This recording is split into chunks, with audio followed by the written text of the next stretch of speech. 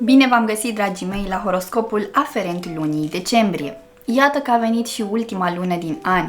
Așadar, vă invit să-mi rămâneți aproape în cele ce urmează pentru a afla cum vă vor influența evenimentele astrale ale lunii parcursul. De asemenea, vă invit să urmăriți și videourile aferente semnelor zodiacale în care aveți ascendentul și luna amplasate în hărțile natale. Totodată, vă reamintesc că acesta este un horoscop general, așadar tratați-l ca atare, iar dacă doriți analize astrologice personalizate, atunci vă invit pe site-ul meu www.terapieprin-astrologie.ro la secțiunea magazin, unde veți găsi toate serviciile astrologice puse de mine la dispoziție pentru voi, astfel încât să reușiți să aprofundați cât mai bine toate predispozițiile cu care ați venit în această existență, dragii mei.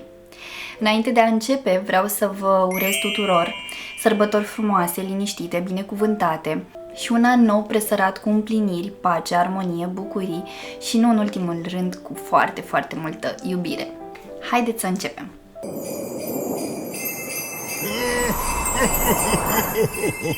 Merry Christmas! Bun găsit, dragi nativi ai zodiei Gemeni, și bine ați revenit la horoscopul aferent lunii decembrie. Acest video este pentru toți cei dintre voi care v-ați născut în acest semn zodiacal, dar și pentru cei dintre voi care aveți ascendentul, descendentul, luna, planetele Marte, Venus sau Mercur, dar și unul dintre cele două noduri lunare amplasate în acest semn zodiacal în hărțile voastre natale. Așa cum v-am obișnuit, vom discuta despre începutul, mijlocul și finalul de lună. Pentru voi această lună este una destul de intensă și dificilă din punct de vedere astral. Am să vă explic în cele ce urmează și de ce. Așadar, vă invit să vă înarmați cu răbdare, să vă odihniți pe cât de mult posibil și să înțelegeți faptul că aceste stări vor trece, dar este important să înțelegeți de ce ele au loc și ce anume aveți de învățat din toate aceste lucruri, astfel încât să vă fie mai bine de aici încolo. Începutul lunii pentru voi este unul, așa cum vă spuneam, intens, pentru că Jupiter, marele benefic care se află actualmente în semnul vostru zodiacal, este în mers aparent retrograd, ceea ce înseamnă că blochează anumite contexte, anumite situații, anumite șanse, oportunități în viața voastră. Iar în ceea ce privește începutul de lună, acest lucru se va întâmpla în sfera familiei voastre de origini, a familiei voastre pe care v-ați format-o ulterior, a relației cu copilul interior, a relației cu copiii, acolo unde este cazul, dacă acest lucru există, bineînțeles, și al raportării pe care le aveți la ideea de carieră, de ascensiune profesională, de legătura voastră cu această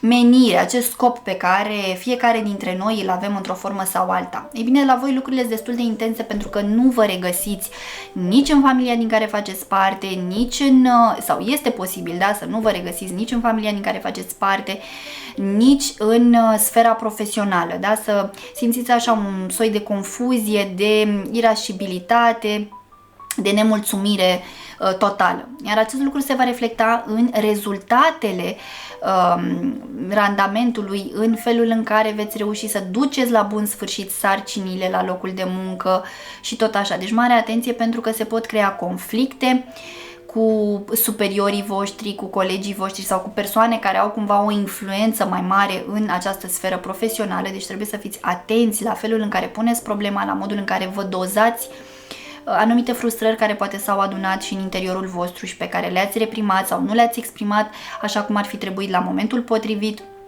Deci fiți foarte atenți, mai ales că în data de 7 decembrie, soarele care se va afla în semnul opus vouă în zodia Săgetător va forma un aspect foarte intens cu Jupiter retrograd din semnul vostru zodiacal, iar acest lucru, așa cum v-am spus, poate crea ideea de tensiune în raport cu autoritatea, da? Să încercați să vă opuneți oricărei figuri autoritare din viața voastră, să aveți acest sentiment de rebeliune, să doriți să demonstrați cu orice preț punctul vostru de vedere, chiar dacă poate nu este momentul potrivit să faceți acest lucru. Chiar dacă aveți dreptate, puteți să încercați cumva să ambalați lucrurile ceva mai diplomat, mai finuț, astfel încât să nu faceți valuri, să nu creați tensiuni atât de mari, pentru că în cele din urmă tot pe voi vă vor afecta imaginea publică, reputația, munca voastră de până acum, Și atunci este important să gestionați cu grijă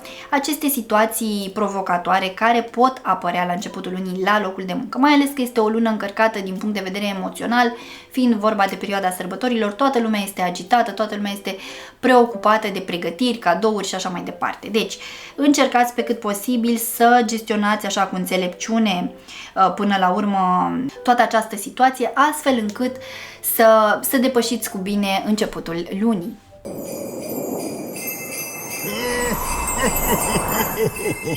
Merry Christmas! Mijlocul lunii pentru voi este tot intens, chiar mai intens, asta pentru că în intervalul 14-15 decembrie luna vă va tranzita semnul zodiacal, iar pe data de 15 va avea loc faza de lună plină în semnul vostru. Asta înseamnă o încărcătură emoțională fantastică.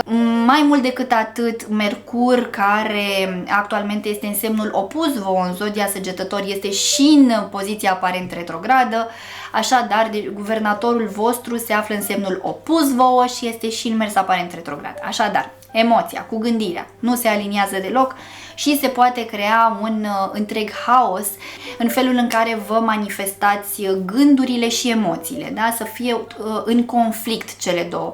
În interiorul vostru să simțiți ceva, dar ulterior când comunicați lucrurile să fie cumva în opoziție cu ceea ce simțiți și tot așa.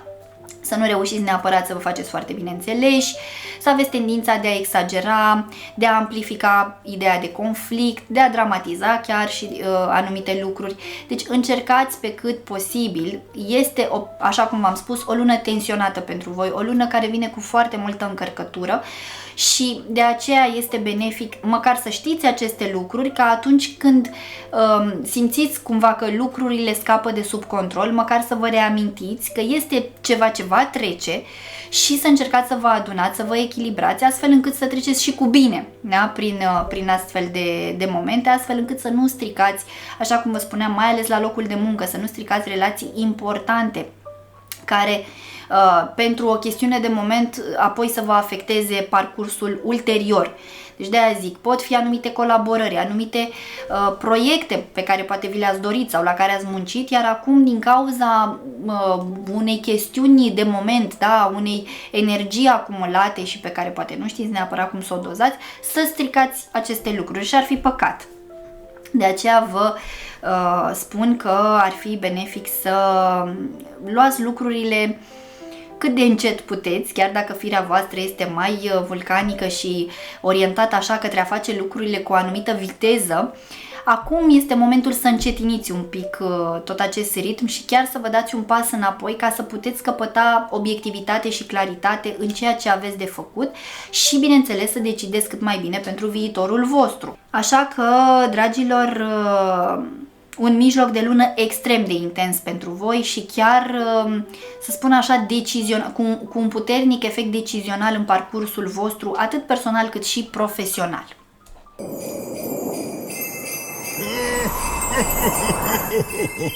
Merry Christmas! Finalul de lună își mută atenția în sfera comunicării, a modului în care voi asimilați informația.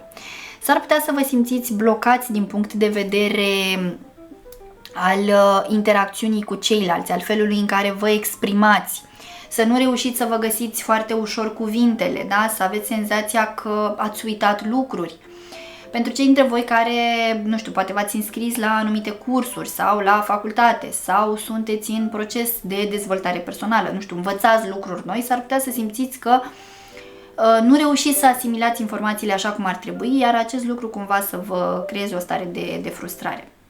Ei bine, partea bună este că în data de 15 Mercur își va relua mersul direct, iar asta va mai reduce puțin din tensiune pentru că Mercur este guvernatorul vostru, se află în semnul opus vouă în zodia Săgetător, dar faptul că va ieși din acest mers aparent retrograd cumva va mai liniști puțin lucrurile, însă chiar și așa s-ar putea să vă simțiți restricționați în tot ceea ce înseamnă ideea de comunicare, ideea de a călători sau de a discuta cu persoane care sunt la distanță. cu ideea de a evolua, dar s-ar putea să aveți senzația că stagnați, că bateți pasul pe loc. Chiar dacă poate ați făcut anumiți pași până în acest moment, aveți senzația că parcă sunteți în ziua cârtiței, da? Că lucrurile se tot repetă la nesfârșit și nu se schimbă într-o formă sau alta, astfel încât să puteți să vă dați o direcție. Deci, și după cum bine știți, finalul de lună vine și cu sărbătorile, care, bineînțeles, pot crea la rândul lor alt stres, alte situații care să vă pună în punctul în care să răbufniți, să aveți tot felul de reacții necontrolate. Deci, încercați pe cât posibil să vă echilibrați încă de pe acum pentru aceste stări, aceste energii care se creează. Ele încearcă cumva să vă comunice, să vă arate ce anume aveți de îmbunătățit. Pentru că dacă voi ajungeți să fiți într-o stare continuă de anxietate, e clar că ceva vă nemulțumește profund, iar voi nu reușiți să schimbați acest lucru sau nu-i acordați atenția cuvenită, da? Iar el persistă până când ajunge să iasă cu forță la suprafață și să vă facă să pierdeți controlul. Deci fiți mai atenți la propriile voastre nevoi, la propriile voastre dorințe și încercați să vă găsiți un echilibru interior. Bun, dragii mei, acestea sunt informațiile din punct de vedere astrologic pentru toți cei dintre voi care aveți legătură directă cu energia zodiei Gemeni în luna decembrie. Așa cum v-am obișnuit, am să extrag și câteva mesaje de la cărțile oracol, un card deja a vrut să iasă. Ok, și al doilea la fel. Ia să vedem ce mesaje aveți voi. Wow, ce frumos! La voi este vorba despre o trezire, actualizare energetică, un nou mod de a fi, integrare. Iată, cât de frumos! Da? Aveți nevoie să urmați această trezire. Nu întâmplător aceste aspecte astrale vă provoacă atât de tare, tocmai pentru ca voi să transformați ceva în viața voastră. Lucrurile se schimbă la nivel celular, vindecare profundă. Dar pentru ca acest lucru să se întâmple, da, e nevoie de această trezire. Nu se poate să transformi fără să te trezești. Niște mesaje foarte frumoase, dragii mei, care vin către voi tocmai ca să vă ghideze și să vă încurajeze și să vă ajute să parcurgeți cât mai lin luna decembrie. În speranța că mi-ați rămas aproape până la finalul acestui video, vă mulțumesc și vă invit să apreciați și să distribuiți acest video tuturor celor cărora credeți că le va fi de folos. Vă doresc ca luna decembrie să aducă în viețile voastre toate binecuvântările de care aveți nevoie. Vă pup, vă îmbrățișez și pe data viitoare. Pa, pa!